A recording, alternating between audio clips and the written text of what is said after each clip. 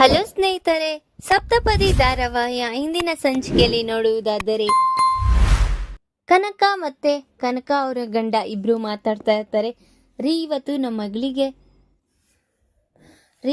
ಮಗಳಿಗೆ first ನೈಟ್ನ arrange ಮಾಡಿದ್ದಾರೆ ಕಣ್ರಿ ಅಂತ. ಅವರೆಲ್ಲ ಖುಷಿಯಾಗಿದ್ದಾರಾ, ಎಲ್ಲ ಸರಿ ಹೋಗಿದ್ಯಾ ಅಲ್ಲಿ ಅಂತ ಕೇಳ್ತಾ ಇರ್ತಾರೆ ಕೃಷ್ಣಮೂರ್ತಿ. ಏನೋ ಗೊತ್ತಿಲ್ಲ ರೀ, ಇದೊಂದು ಕಾರ್ಯ ಮುಗಿದ್ಬಿಟ್ರೆ ಅವರಿಬ್ರು ಲೈಫ್ ಚೆನ್ನಾಗಿರುತ್ತೆ, ಇಬ್ರು ಒಬ್ರಿಗೊಬ್ರು ಅರ್ಥ ಮಾಡ್ಕೊಂಡು ಸರಿ ಹೋಗ್ತಾರೆ ಅಂತ ಹೇಳ್ತಾ ಇರ್ತಾಳೆ ಕನಕ. ಅಷ್ಟೇ ಸಾಕು, ಅವರೆಲ್ಲ ಚೆನ್ನಾಗಿದ್ರೆ ನನಗಷ್ಟೇ ಸಾಕು, ಕಾವ್ಯ ಬದುಕು ಏನು ಅನ್ಯಾಯ ಆಗಬಾರ್ದು ಅಂತ ಹೇಳ್ತಾ ಇರ್ತಾರೆ ಕಾವ್ಯ ಅವರಪ್ಪ. ಈ ಕಡೆ ಸ್ವರಾಜ್ ರೂಮ್ನ ಅಲಂಕಾರ ಮಾಡಿರೋದನ್ನ ನೋಡಿ ಏನು ನಡೀದೇ ಇರೋದಕ್ಕೆ ಇಷ್ಟು ಅಲಂಕಾರ ಮಾಡಬೇಕಾ ಅಂತ ಯೋಚನೆ ಮಾಡ್ತಾ ಇರ್ತಾನೆ. ಇದನ್ನ ಹೇಗಾದ್ರೂ ಮಾಡಿ ನಿಲ್ಲಿಸ್ಬೇಕು, ನನಗಂತೂ ಒಂಚೂರು ಇಷ್ಟ ಇಲ್ಲ ಈ ಕಾರ್ಯ ಎಲ್ಲ. ಹೇಗಾದ್ರೂ ಮಾಡಿ ಇದನ್ನ ನಿಲ್ಲಿಸ್ಬೇಕಲ್ವಾ, ಏನಾದ್ರೂ ಯೋಚನೆ ಮಾಡಬೇಕು, ಹೇಗಾದ್ರೂ ಹೇಳಿ ಅಜ್ಜಿ ತಾತನ್ಗೆ ಈ ಕಾರ್ಯ ನಿಲ್ಲಿಸ್ಕೋಬೇಕು ಅಂತ ಯೋಚನೆ ಮಾಡ್ತಾ ಇರ್ತಾನೆ. ಈ ಕಡೆ ರುದ್ರಾಣಿ ಮತ್ತೆ ರಾಹುಲ್ ಇಬ್ರು ಪ್ಲಾನ್ ಆಗ್ತಾ ಇದ್ದಾರೆ. ಹೇಗಾದ್ರೂ ಮಾಡಿ ರಾಜ್ ಫಸ್ಟ್ ನೈಟ್ನ ಹಾಳು ಮಾಡಬೇಕು ರಾಹುಲ್ ಅಂತ ಹೇಳ್ತಾ ಇರ್ತಾಳೆ ಇಂದ್ರಾಣಿ. ಆಯ್ತು ಬಿಡು ಮಾಮ್, ನಾನು ಮಾಡ್ತೀನಿ ಎಲ್ಲ, ನೀನೇನು ಟೆನ್ಷನ್ ತಗೊಳಕ್ ಹೋಗ್ಬೇಡ, ಎಲ್ಲದಕ್ಕೂ ನಾನು ಇದ್ದೀನಿ, ನಾನು ಹೇಗಾದ್ರೂ ಹಾಳು ಮಾಡೇ ಮಾಡ್ತೀನಿ ಅಂತ ಹೇಳ್ತಾ ಇರ್ತಾನೆ. ಅಷ್ಟು ಸುಲಭವಾಗಿ ಕೆಲಸ ಆಗಲ್ಲ ರಾಹುಲ್, ಸ್ವಲ್ಪ ಥಿಂಕ್ ಮಾಡಿ ಆಮೇಲೆ ಡಿಸೈಡ್ ಮಾಡು ಅಂತ ಹೇಳ್ತಾ ಇರ್ತಾಳೆ. ನೀನು ಅದಕ್ಕೆಲ್ಲ ಸಫರೇ ಬೀಳ್ಬೇಡ ಅಮ್ಮ, ನಾನು ನೋಡ್ಕೊತೀನಿ ಅಂತ ಹೇಳ್ತಾ ಇದ್ದೀನಲ್ಲ. ನಿನಗೇನು ಅವರಿಬ್ರು ದೂರ ಆಗಬೇಕು, ಮನೇಲಿ ಜಗಳ ನಡೀತಿರ್ಬೇಕು, ಅದನ್ನ ರಾಜ್ ಅವರಮ್ಮ ನೋಡಿ ಡೈಲಿ ಕೊರಗ್ತಾ ಇರೋದನ್ನ ನೀನು ನೋಡಿ ಖುಷಿ ಪಡಬೇಕು, ಅಷ್ಟೇ ಅಲ್ವಾ ಅಮ್ಮ? ಆಯ್ತಮ್ಮ, ನಾನು ಮಾಡ್ತೀನಿ ಅಂತ ಹೇಳ್ತಾ ಇರ್ತಾನೆ ರಾಹುಲ್. ಈ ಕಡೆ ಕಾವ್ಯ ಬೇಜಾರಾಗ್ತಾ ಕೂತಿದ್ದಾಳೆ ರೆಡಿಯಾಗಿ. ಅದೇ ಟೈಮಲ್ಲಿ ಅಪರ್ಣ ಬರ್ತಾಳೆ. ಏನು ಸೀರೆ ಎಲ್ಲ ಉಟ್ಕೊಂಡ್ಬಿಟ್ಟಿದ್ಯಾ? ಏನು ನೀನು ಒಪ್ಕೊಂಡ್ಬಿಟ್ಟ ಅವನ ರೂಮ್ ಒಳಗೆ ಹೋಗೋದಿಕ್ಕೆ? ಅಷ್ಟೊಂದು ಅರ್ಜೆಂಟಾಗಿ ಅವಳಿಗೆ ಹರ್ಟ್ ಆಗೋ ಥರ ಮಾತಾಡ್ತಾ ಇರ್ತಾಳೆ ಅಪರ್ಣ. ನಾನೇನು ಹೋಗೋಕ್ಕೆ ರೆಡಿ ಇಲ್ಲ, ಅಜ್ಜಿ ಬಲವಂತಕ್ಕೋಸ್ಕರ ರೆಡಿಯಾಗಿದ್ದೀನಿ, ಅಜ್ಜಿನೇ ಬಂದು ನನಗೆ ರೆಡಿ ಮಾಡಿದ್ದು ಅಂತ ಕಾವ್ಯ ಹೇಳ್ತಾ ಇರ್ತಾಳೆ. ಅವ್ರು ಹೇಳಿದ್ರು ಅಂತ ನೀನು ಹೋಗ್ಬಿಡು ಒಳಗೆ, ನೀನು ಎಷ್ಟೇ ಆದರೂ ನನ್ನ ಮಗನಿಗೆ ನೀನು ಹೆಂಡ್ತಿ ಆಗಕ್ಕೆ ಲಾಯಕ್ಕಿಲ್ಲ, ಎಲ್ಲಿರ್ಬೇಕೋ ನೀನು ಅಲ್ಲೇ ಇರು, ಅವನಿಗೂ ನಿನಗೂ ಸೆಟ್ ಆಗಲ್ಲ, ಎಲ್ಲದಕ್ಕೂ ನಾನು ನೋಡ್ಕೊತೀನಿ ನನ್ನ ಮಗನ್ನ.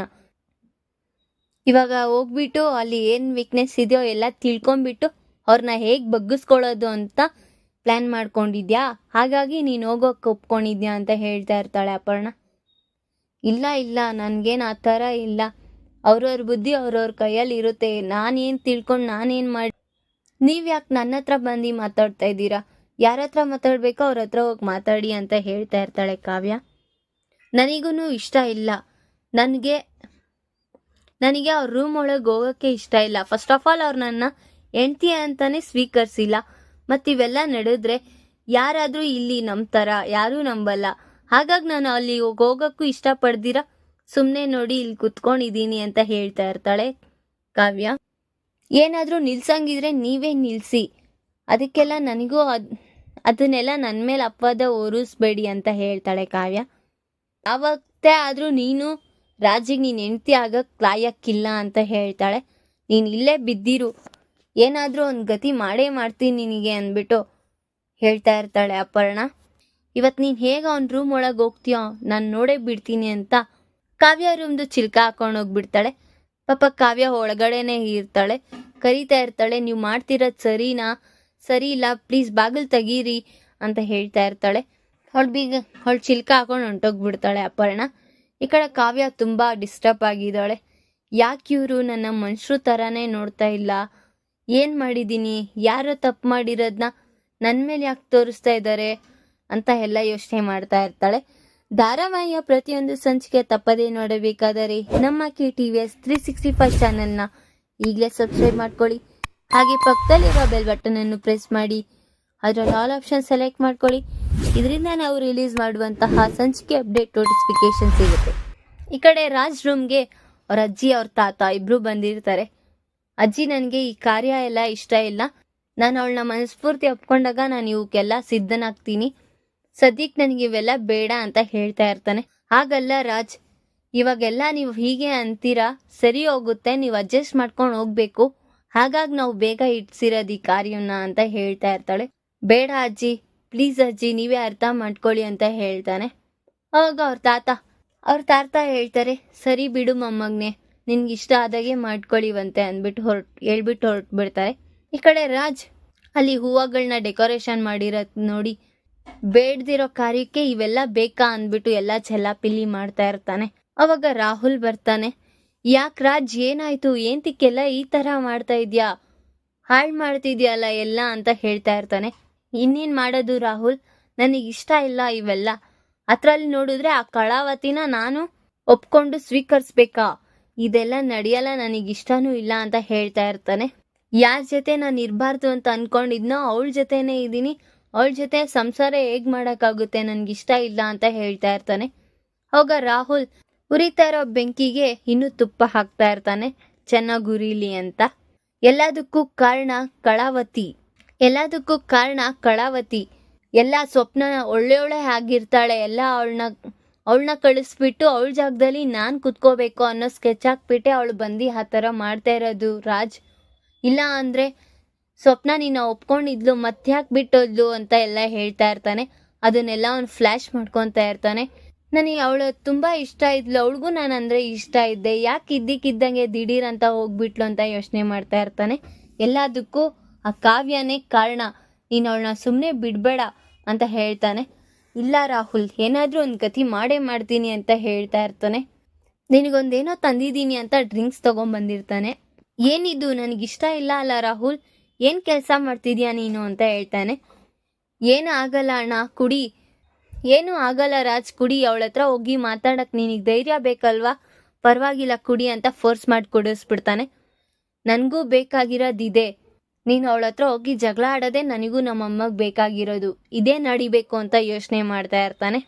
ಈ ಕಡೆ ರಾಜ್ ಕುಡ್ದಿರೋ ಧ್ಯಾನದಲ್ಲಿ ಇವತ್ತಾಗೋದಾಗೋಗ್ಲಿ ಅವಳ ಹತ್ರ ನಾನು ಬಾಯಿ ಬಿಡಿಸ್ಲೇಬೇಕು ಅಂತ ಹೊರಟಿರ್ತಾನೆ.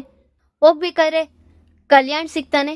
ಯಾಕಣ್ಣ, ಏನಾಯ್ತು, ಏಂತ ಕೆಳಗೆ ಬರ್ತಿದ್ಯಾ, ಯಾಕೆ ಕುಡ್ದಿದ್ಯಾ ನೀನು, ಅತ್ಗೆ ಎಲ್ಲಿ ಎಲ್ಲ ಕೇಳ್ತಾ ಇರ್ತಾನೆ. ಯಾವ ಅತ್ಗೆ, ಅವಳ ಅತ್ಗೆ ಅಲ್ಲ, ಕಳಾವತಿ, ನಿನಗೆ ಅತ್ಗೆ ಯಾರೂ ಇಲ್ಲ, ಕಳಾವತಿನೇ ಅವಳು ಅಂತ ಹೇಳ್ತಾ ಇರ್ತಾನೆ. ಹಾಗಲ್ಲ ಅತ್ಗೆ ಮೇಲೆ ಇರ್ಬೇಕಲ್ವಾ, ಯಾಕಿನ್ನೂ ನೀನು ಕೆಳಗಿದ್ಯಾ, ಹೋಗು ಅಂತ ಕಳಿಸ್ತಾ ಇರ್ತಾನೆ.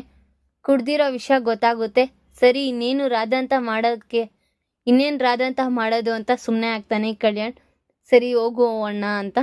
ಈ ಕಡೆ ಕಾವ್ಯ ಯೋಚನೆ ಮಾಡ್ತಾ ಕೂತಿದ್ದಾಳೆ, ಯಾಕೆ ಇವರೆಲ್ಲ ಈ ರೀತಿ ನೋಡ್ತಾ ಇದ್ದಾರೆ. ಅದೇ ಟೈಮಲ್ಲಿ ಸ್ವರಾಜ್ ಬಂದು ಬಾಗಿಲು ಬಡಿತಾ ಇರ್ತಾನೆ. ಕಳಾವತಿ ಬಾಗಿಲು ತೆಗಿ ಅಂತ. ಅವಳು ಡೋರ್ ಹಾಕಿರೋದನ್ನ ಅವ್ನು ನೋಡಿರೋದಿಲ್ಲ.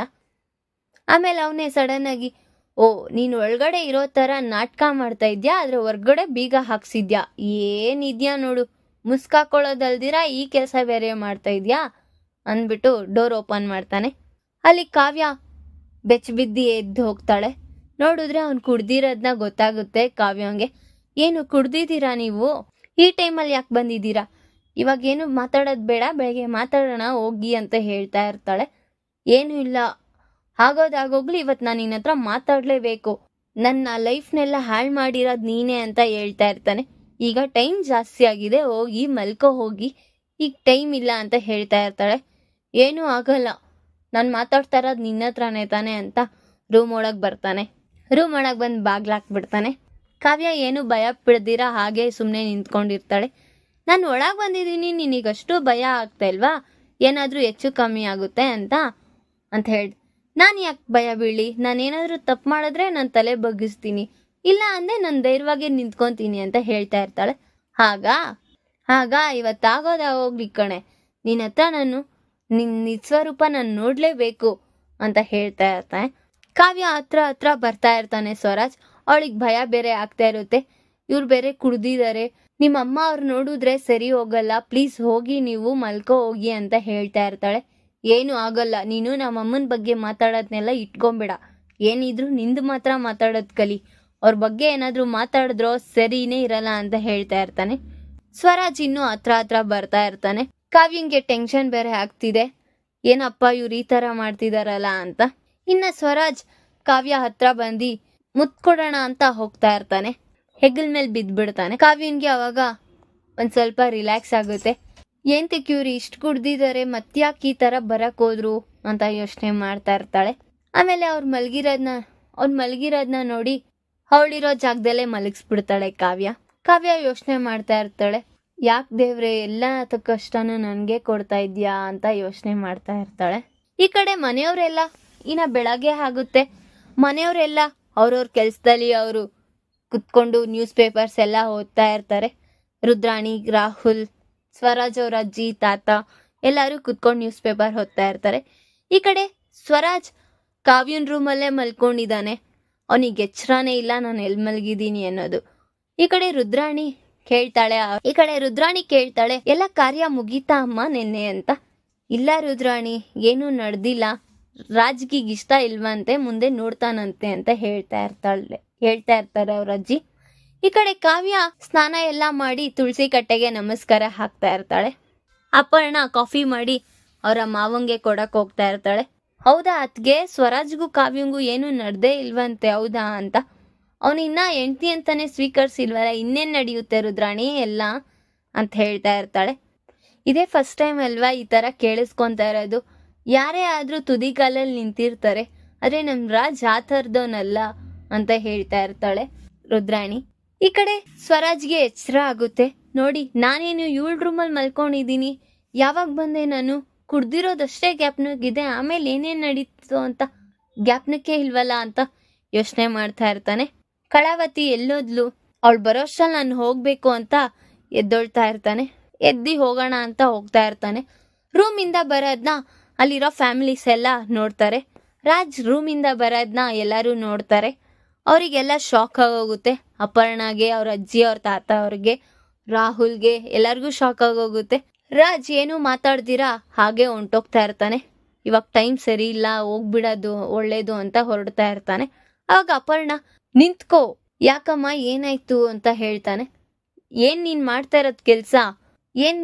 ಇರೋದ್ ಕೆಲ್ಸ ನಿನಗೇನು ಮೈ ಮೇಲೆ ಜ್ಞಾನ ಇಲ್ವಾ, ಯಾಕೆ ನಿನ್ ರೂಮ್ ಬಿಟ್ಟು ಅವಳ ಹತ್ರ ಯಾಕೆ ಹೋಗಿದ್ಯಾ ಅಂತ ಹೇಳ್ತಾ ಇರ್ತಾಳೆ.